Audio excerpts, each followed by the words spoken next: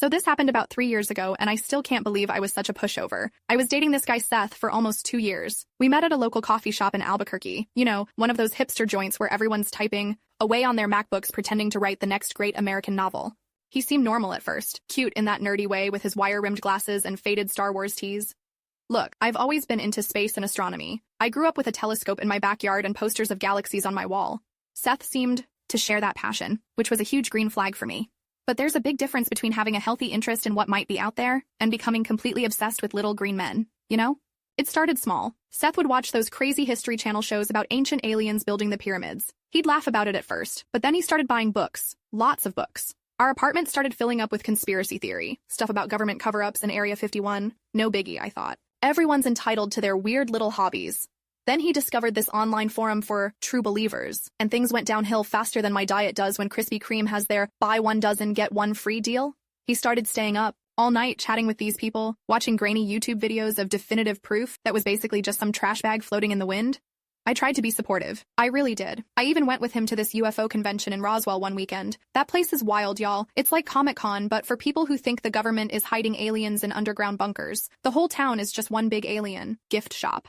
Seth was in heaven while I was counting down the minutes until we could get back to reality. That's where he met Amber. She called herself a professional ufologist, whatever that means. This woman was all flowing skirts, crystal necklaces, and claims about being spiritually connected to the star people.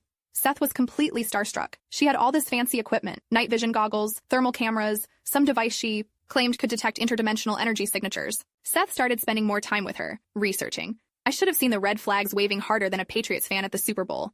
Fast forward a couple months. I'm checking my bank account one morning while waiting for my Starbucks. Mobile order. My heart practically stops. There's a withdrawal of $6,000, almost all of my savings. Money I'd been putting aside for grad school. I call the bank thinking my identity was stolen, only to discover that Seth had accessed my account.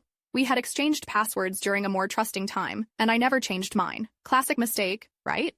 I confronted him that night, and he didn't even try to deny it. He was excited to tell me about the desert expedition he was planning with Amber. They were going to some remote spot in Nevada where there had been consistent sightings for the past decade. The money was for camping equipment, better cameras, and some special radar thing Amber convinced him they needed.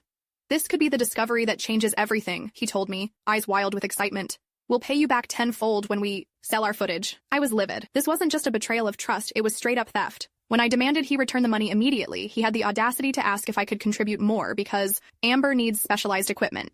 That's when I realized he wasn't just obsessed with aliens. He was having an affair with this woman. I kicked him out that night, changed the locks the next day, filed a police report, and sued him in small claims court for theft. He tried to argue that as domestic partners, the money was shared resources. The judge didn't buy it. Seth was ordered to repay every cent plus court costs. Of course, he didn't have the money anymore. It had all gone to Amber and her magical alien-finding gadgets. The court garnished his wages, but then he lost his job at the electronics store, too many days off for research expeditions, and then his apartment since he couldn't pay rent. Amber? She disappeared like those aliens Seth never found, taking most of the equipment with her. Apparently, she pulled this scam regularly. Find some gullible UFO enthusiast, convince them to invest in equipment, then vanish. Updated. So this is where things get even crazier. About a month after the court case, I'm coming home from a late shift at the planetarium where I'd started working part-time. More on that awesome development later. And guess who's sitting on the steps outside my apartment? Seth, looking like a lost puppy in the rain. He'd lost everything. Job, apartment, and his precious UFO hunter girlfriend. Amber had apparently taken off with some other guy who had connections at MUFON. That's the Mutual UFO Network for those of you normal enough not to know. Seth was living in his car, which was parked in a Walmart parking lot because, you know, they let you stay overnight. Very classy. He had the nerve to ask if he could crash at my place just for a couple weeks until he got back on his feet. And here's the kicker. He needed $200 for a deposit on a new apartment he'd found. When I just stared at him, he actually said, "You know I'm good for it."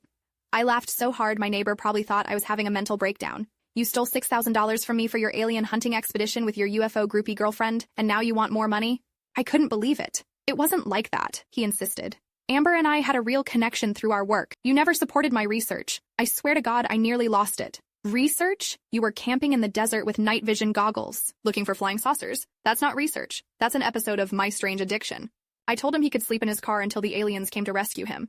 Too harsh? Maybe. But stealing thousands from someone will kind of burn that bridge, you feel me? After that encounter, I blocked his number and all social media. I was done with Seth and his extraterrestrial obsession. Meanwhile, my own life was taking off in ways I never expected.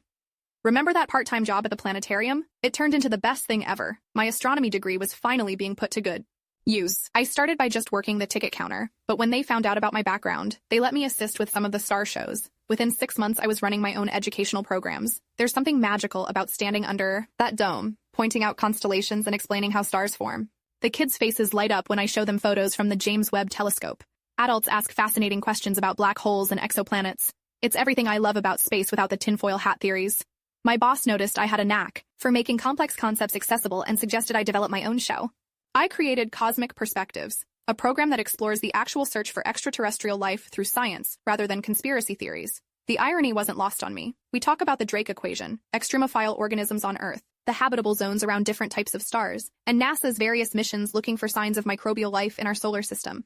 You know, actual science instead of blurry photos of weather balloons. The show became so popular that local schools started booking field trips specifically to see it. The University of New Mexico Astronomy Department even reached out about potential collaboration. I was becoming known as that space lady around Albuquerque, and honestly, I was living for it. My social media following grew as I started posting astronomy facts and beautiful space images. I connected with real scientists and educators instead of conspiracy theorists. My life was expanding like the universe itself, while Seth's had collapsed like a dying star. About 6 months after Seth's pitiful apartment request, I was shopping at Target when I ran into his former roommate, Diego. Apparently, Seth had moved to Roswell permanently, the UFO capital of the world. He was working at one of those alien gift shops selling plastic ET figurines and authentic pieces of crashed spaceships, aka painted rocks.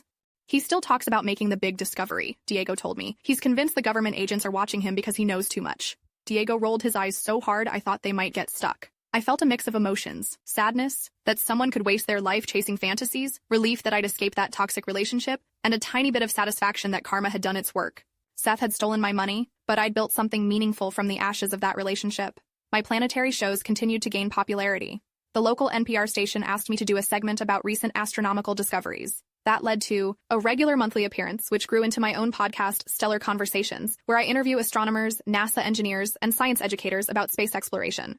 Last week, I was invited to give a TEDx talk in Santa Fe about making astronomy accessible to the public. As I was preparing my presentation at a local coffee shop, ironically the same one where I'd met Seth, I overheard someone at the next table talking about the weird guy who sells alien stuff on the highway outside Roswell. He's got this whole setup with telescopes and radar equipment, the woman was saying. Charges tourists $20 to alien watch at night. Swears he's had multiple encounters. I didn't need to ask who they were talking about. Seth had turned his obsession into a roadside attraction. Meanwhile, I was preparing to speak to an audience of educated people about actual stars and planets. Life is funny sometimes. Seth was still searching the skies for visitors from another world, while I was teaching people about the real wonders of our universe. He had his fantasies, and I had facts. He had stolen my money, but I'd created something much more valuable: respect, purpose, and a career I loved. Final update. I got the wildest news yesterday, and I just had to share this. Final chapter of the Seth saga with you all. One of my podcast listeners works at the New Mexico Film Office, and they sent me a link to a documentary that just premiered at a small indie film festival in Santa Fe. The title? The Roswell Highway Prophet, One Man's Quest for Contact. Yep, it's about Seth. Some filmmaker found his roadside alien watching business and thought it made for an interesting character study. There's Seth, with his now scraggly beard and faded I Want to Believe t-shirt, pointing at the night sky and talking about consistent interdimensional openings above the desert. The filmmaker portrayed him somewhat sympathetically as a modern Don Quixote, tilting at windmills that he believes are spaceships. They never mention the theft or our relationship, thankfully, but there was a moment where Seth looks at the camera and says, I lost everything for this truth, my job, my home, someone I loved, but I'd do it all again. The absolute audacity, right? The someone he loved that he casually stole from? Meanwhile, I just signed a book deal with a science publisher for The Real Space, an Astronomer's Guide to the Universe Without the Conspiracy Theories. I'm giving the keynote at the Southwest Astronomy Conference next month, and my TED Talk has over 300,000 views online. I sometimes wonder if Seth has seen any of my success. Part of me hopes he has. Not out of pettiness, but because maybe, just maybe, he'd realize what he could have had if he'd chosen reality over fantasy. So that's my story, folks. The guy who stole my money to chase aliens is now a quirky roadside attraction, while I'm living my best life exploring the actual stars. I guess we both got what we were looking for in very different ways. Life really is stranger than fiction. No aliens required.